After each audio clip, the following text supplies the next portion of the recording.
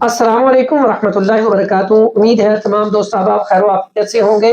اگر کوئی بیمار ہے تو میری دعا ہے کہ اللہ تعالیٰ اسے صحت اور تندرستی دے اور ایمان والی لمبی زندگی عطا فرمائے۔ آج میں نے سوچا آپ کو ایک بڑی بہترین چیز بتاتا ہوں۔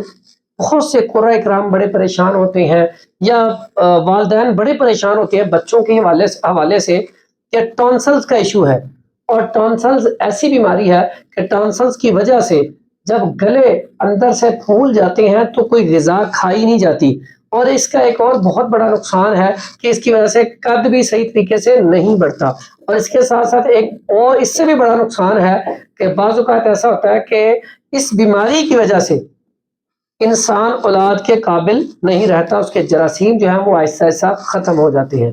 تو یہ دیکھ لیں ٹانسلز کتنی بڑی بیماری ہے، اور اس میں سب سے بڑا جو مسئلہ ہے بیچارہ کوئی بھی بچہ ٹھنڈی چیز کھا لے، بوتل پی لے، کچھ بھی کھا لے، فوری طبیعت خراب، بخار ہو جاتا ہے۔ اس میں ہم نے کرنا کیا ہے؟ بڑی آسان سی سمپل سی چیز ہے۔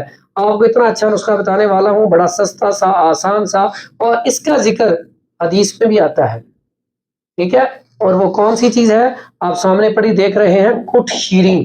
اس کو کشت شیریں بھی کہتے ہیں، کست شیریں بھی کچھ لوگ کہتے ہیں۔ تو یہ بڑی ہی مفید چیز ہے۔ اس کو آپ نے کرنا کیا ہے؟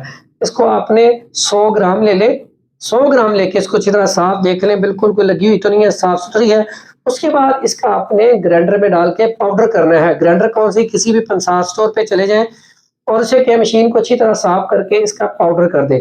پاؤڈر کرنے کے بعد آپ نے کیا کرنا ہے؟ جو مریض ہے شوگر کے، وہ اس کا پاؤڈر صرف ویسے ہی 1 سے 2 ماشا تازہ پانی کے ساتھ لیں گے۔ جو شوگر کے پیشنٹ نہیں ہے، اس کا رزلٹ شہد میں بہت زیادہ اچھا ہے۔ اس کا آپ شہد میں معجون بنا لیں۔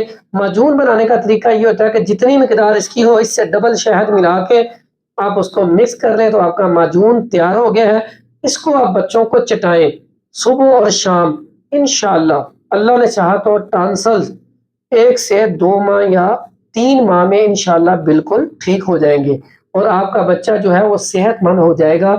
یہ اتنی اچھی چیز ہے گلے کے لیے، اور آپ دیکھتے ہیں بچوں کو سب سے زیادہ جو بخار ہوتا ہے وہ گلے کی وجہ سے ہوتا ہے۔ دعاؤں میں یاد رکھیے گا۔ حکیم حافظ فرحان حنیف، السلام علیکم ورحمۃ اللہ وبرکاتہ۔